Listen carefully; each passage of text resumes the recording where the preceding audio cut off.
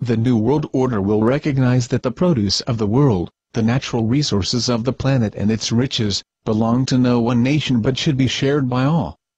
There will be no nations under the category haves and others under the opposite category.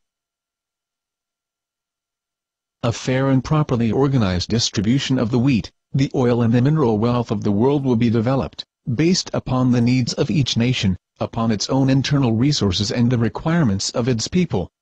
All this will be worked out in relation to the whole. Let's stop at this point for a moment. Here we have conclusive proof that the Marxist plan for the redistribution of the earth resources is a plan of the New World Order.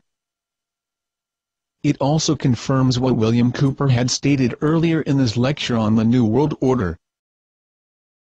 The Venus Project's objective global resource management is merely another way of saying redistribution of the earth resources, because redistribution will have to be involved because of the imbalance amongst rich and poor nations.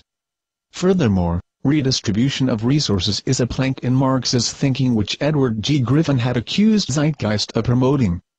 Let's move on. The New World Order will be founded on the recognition that all men are equal in origin and goal, but that all are at differing stages of evolutionary development. That personal integrity, intelligence, vision and experience, plus a marked goodwill, should indicate leadership. Let's stop again at this point for a moment. This last sentence is of interest because it's effectively saying that some will be more equal than others.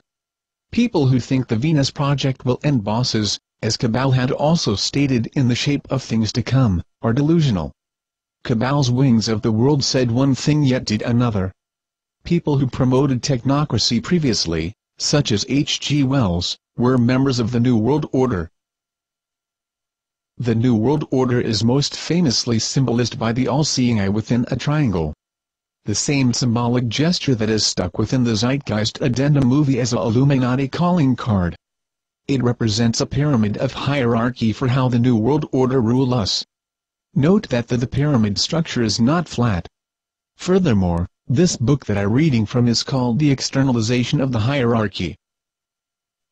How can I or anyone else make it any more clear? Yet people in the Zeitgeist movement still protest in the light of this. Let's move on.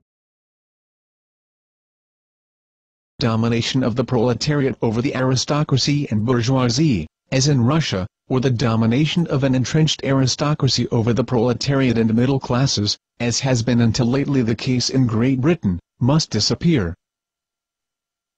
The control of labor by capital or the control of capital by labor must also go. In the New World Order, the governing body in any nation should be composed of those who work for the greatest good of the greatest number and who at the same time offer opportunity to all, seeing to it that the individual is left free. Today the men of vision are achieving recognition, thus making possible a right choice of leaders. It was not possible until this century. The New World Order will be founded on an active sense of responsibility. The rule will be all for one and one for all. This attitude among nations will have to be developed. It is not yet present. Let's stop here again. So Alice Bailey wants us to be musketeers in the New World Order. Seriously, there is no way they can make this fly, and they know it themselves. They knew at the top levels that Marxism couldn't work in the former Soviet Union. As you recall from what Edward G. Griffin said earlier, people were sent to camps to purge the profit motive out of them, and you can see that failed. The real reason why the New World Order uses the Marxist vehicle is because it's an effective control matrix. Pure and simple. Let's move on. In the preparatory period for the New World Order there will be a steady and regulated disarmament. It will not be optional.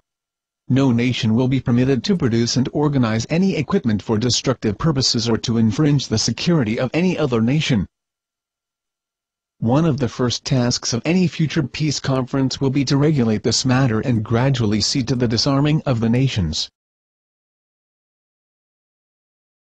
Let's stop again. This will also mean no more personal firearms than is presently built within the U.S. Constitution. Interestingly, the United Nations has pushed for a ban on personal firearms worldwide. What's more interesting is the United Nations itself was pushed by people like Alice Bailey and built on land donated by the Illuminati Rockefellers. Let's move on. The vision of possibility must never be lost, and the foundations must be preserved inviolate, but the intermediate processes and the experimentations must be carried forward by men who, having the best interests of the whole at heart, can change the detail of organization whilst preserving the life of the organism. Organism. Now that is an interesting word. Is that not the word that Peter Joseph uses to describe humanity in his introduction of the Zeitgeist orientation video?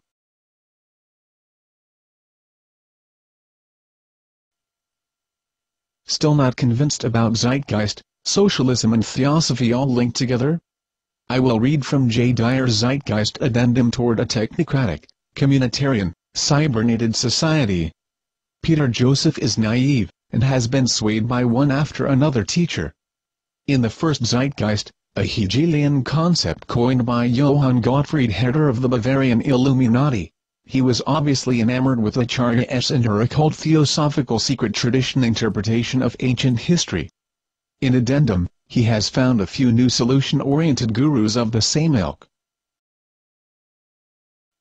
The one-time New Age theosophical Christ Maitreya J. Krishnamurti, thrust upon the occult utopian socialist underground at the beginning of the 20th century by theosophy head Fabian socialist Annie Besant and pederast Freemason C.W. Leadbeater, begins and ends the film. For something that purports to espouse a modern, non-superstitious-based understanding of the world, well, let's just say that it is hypocritical and deceitful not to even identify the theosophical current throughout both films, or the outright socialism of the latest. Though Peter Joseph hasn't admitted his theosophical debt, at 1:35 and 37 seconds he tips his hand by the obscure mention of intellectual materialism, a term used by Blavatsky herself in Lucifer magazine, and touts the true divinity of man. 1:48 and 25 seconds. New Ager Akka economic hitman Perkins has experienced the seething energies of Lucifer as well.